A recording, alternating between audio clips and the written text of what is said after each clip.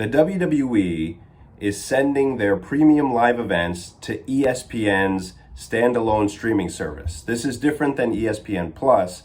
This is a new streaming service that is coming out later this month, and in 2026, all the premium live events are going to be on it. Now, this service costs about $30 a month here in America, and I don't know anybody who's a pro wrestling fan who's going to pay $30 a month just to see, 10 or 12 premium live events.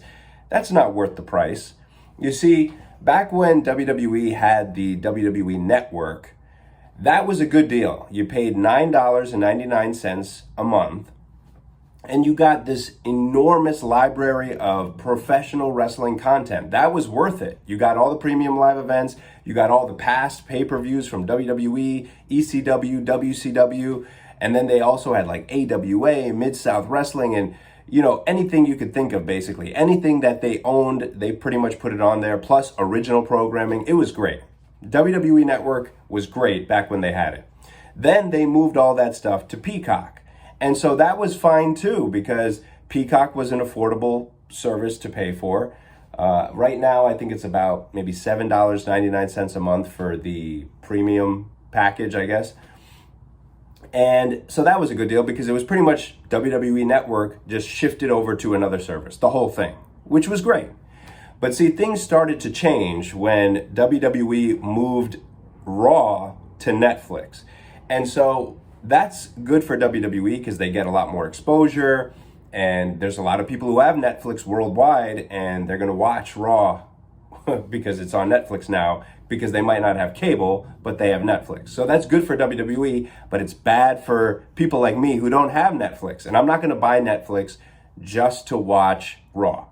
And it's the same reason why I'm not going to pay $30 a month for this ESPN streaming service just to see their premium live events. See, right now I have a Peacock subscription, which is affordable, but it ends in September, and I'm not going to be renewing it because as of right now, all of the old Raw episodes that used to be on Peacock, they're gone.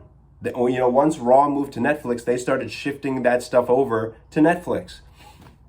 And so now I'm like, okay, I still have a bunch of pro wrestling content on Peacock. They have old SmackDown episodes. Obviously, they still have the old pay-per-views from WWE, WCW, ECW. But they're starting to upload full events onto their YouTube channels. So I'm starting to wonder, well, is it worth paying for this anymore? Because it's kind of like they're uploading full matches all the time too to their YouTube channels, which I can watch for free. So why should I continue paying Peacock when I know they're going to lose the premium live events next year? So all that will be left is maybe part of their library. And even that's not guaranteed to stay on Peacock. They could sell that over to Netflix or some other company, or it could just disappear. Or it could be fractured in terms of like part of the library is over here, part of the library is over there. And that's the big point I'm trying to make here. WWE programming is spread all over the place to the point where it makes me want to check out entirely. Like when they had everything on Peacock, I would check out stuff that they would air, like the premium live events or the old episodes of Raw and SmackDown. I mean, it was interesting. But now that it's spread all over the place, and I'm not even including the stuff they have on A&E, or they have that show Evolve, which is on another streaming service called Tubi, but I believe that's a free service, so that's okay. But the fact that they're spreading their programming onto several paid streaming services, that's the problem. You have Netflix has Raw, Peacock has part of the library, and then you have ESPN, which is going to have the premium live events. That makes me just want to go, I'm good. I don't need any streaming service for any of WWE's programming anymore, because this is probably going to continue. It's just going to be spread out across all these different services going forward. They're probably going to put so many different things in so many different places that I won't even be able to keep track.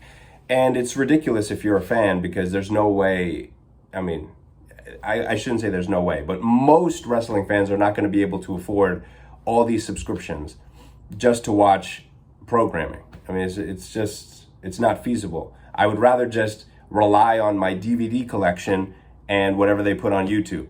And I will see what goes on the programming in clips that they put on their YouTube channel anyway. So that's where I'm at when it comes to programming. And this idea that WWE has about spreading their programming across multiple services, yeah, I think they were better off just having their WWE network. I'm surprised that they kind of sold the thing off to Peacock. I mean, I guess, again, money is the final decider in all of this.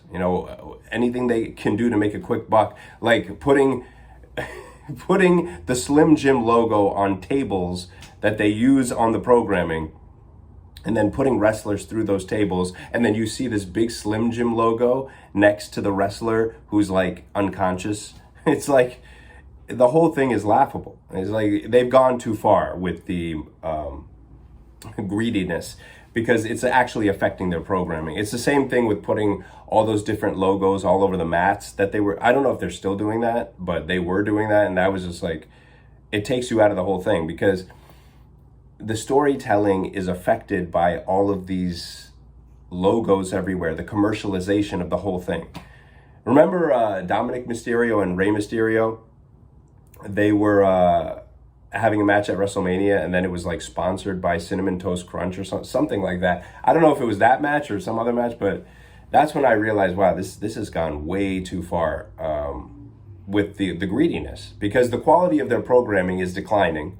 They had a good run in, I would say, 2022, 2023, and it sort of came to an end in like 2024, I would say. And so now in 2025, I would say they're running on fumes. Obviously not from a business perspective. They're making tons of money. People are still watching their programming. People are coming to the shows. But if you look at the quality of their programming, it's very stagnant. I mean, there's nothing special about what they're doing right now compared to like 6 months ago, a year ago. It's pretty much the same stuff. They're not doing anything groundbreaking.